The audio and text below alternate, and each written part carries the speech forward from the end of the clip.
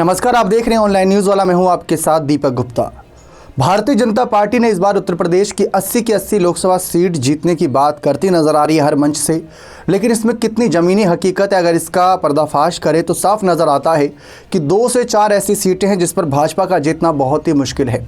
भले ही समाजवादी पार्टी के गढ़ की सीट रही कन्नौज, आजमगढ़ और रामपुर अभी फिलहाल भाजपा के खाते में हो, इसके बावजूद समाजवादी पार्टी की एक सीट मैनपुरी और कांग्रेस की एक सीट रायबरेली, जो कि मोदी लहर होने के बावजूद भी इस सीट पर ये दो पार्टियां टस से मस होती नजर नहीं आई। चाहे सामने कोई भी बड़ा से बड़ा प्रतिद्वंदी रहा हो, सबको हार का सामना करना पड़ा। हाल ही के उपचुनावी नतीजे साल 2022 के डिंपल यादव की जीत की ओर इशारा कर रहे हैं एक बार फिर से, क्योंकि जो जीत का आंकड़ा था वो 2,80,000 के प्लस का था। तो ये बात साफ नज़र आ रही है कि डिंपल के खिलाफ मैनपुरी में जो भी होगा उसके लिए एक बड़ी चुनौती होगी। भाजपा साम दाम दंड भेद सारी रणनीति अपनाकर इस सीट पर अपने प्रत्याशी को उतारेगी, लेकिन वो होगा कौन प्रत्याशी? क्या अपर्णा यादव होंगी, या फिर एक बार फिर से रघुराज सिंह शाक्य पर भरोसा जताया जाएगा, या फिर किसी ऐसे चेहरे को उतारा जाएगा जैसे आजमगढ़ सीट जीतने के लिए भोजपुरी सितारे निरहुआ लाल यादव को उतारा गया था, दिनेश लाल यादव निरहुआ को। अब वहाँ पर भी एक चर्चा बनी हुई है। ठीक वैसी ही चर्चा रायबरेली पर भी है। कोई कह रहा था रायबरेली से कंगना रनौत को उतारा जा सकता है, कोई कह रहा था कि एक बार फिर से दिनेश प्रताप सिंह पर भरोसा जताया जा सकता है। लेकिन हकीकत क्या है? फिलहाल तो रायबरेली सीट को सोनिया गांधी ने ही छोड़ दिया है, तो बीजेपी के लिए थोड़ी आसानी हो सकती है। कह सकते हैं कि इस बार माहौल बन रहा है कि वह 80 की 80 सीटें जीते।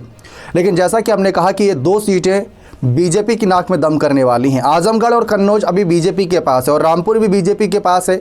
इसके अलावा बसपा की कोई ऐसी सीट नहीं जो कि ऐसी रही हो कि पारिवारिक गढ़ की उसको जीतना बहुत मुश्किल है। बसपा पहले भी शून्य पर आ चुके हैं, लेकिन समाजवादी पार्टी के जो सांसद जीत का सिलसिला है वो लगातार इन सीटों के आगे बरकरार रहा।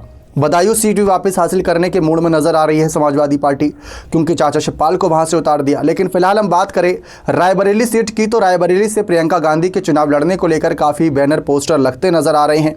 क्या कांग्रेस अपने फैसले चौंकाएगी? क्योंकि हाल ही में हमने देखा कि एक ऐसी सीट रही थी बागपत जिस पर जयंत चौधरी के परिवार का कोई ना कोई सदस्य पिछले कई सालों से उतर रहा था। चाहे जयंत चौधरी के पिता रहे हों या चौधरी चरण सिंह जी रहे हों, जयंत चौधरी खुद रहे हों, सब उस सीट से उतरे। लेकिन वहां से इस बार पार्टी के एक सीनियर नेता को उतार दिया। जो चौधरी परिवार की परंपरा थी उसको रोक दिया गया। क्या ठीक वैसी रायबरेली सीट पर और अमेठी सीट पर जो गांधी परिवार की परंपरा है उसको रोका जाएगा? अब जो समाजवादी पार्टी की एक परंपरा मैनपुरी सीट पर रही उसको तो नहीं रोका गया, डिंपल यादव को प्रत्याशी घोषित कर दिया गया है।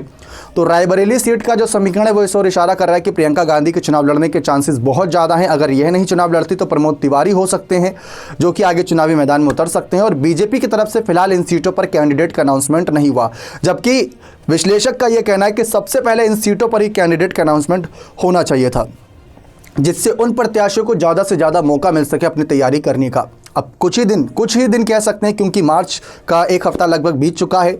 अप्रैल के मिड से कभी भी इलेक्शन शुरू हो सकते हैं, तो बहुत कम अंतराल बचेगा इस बीच। और डिंपल यादव को पहले प्रत्याशी घोषित करके अखिलेश ने रणनीति अपनी साफ कर दी।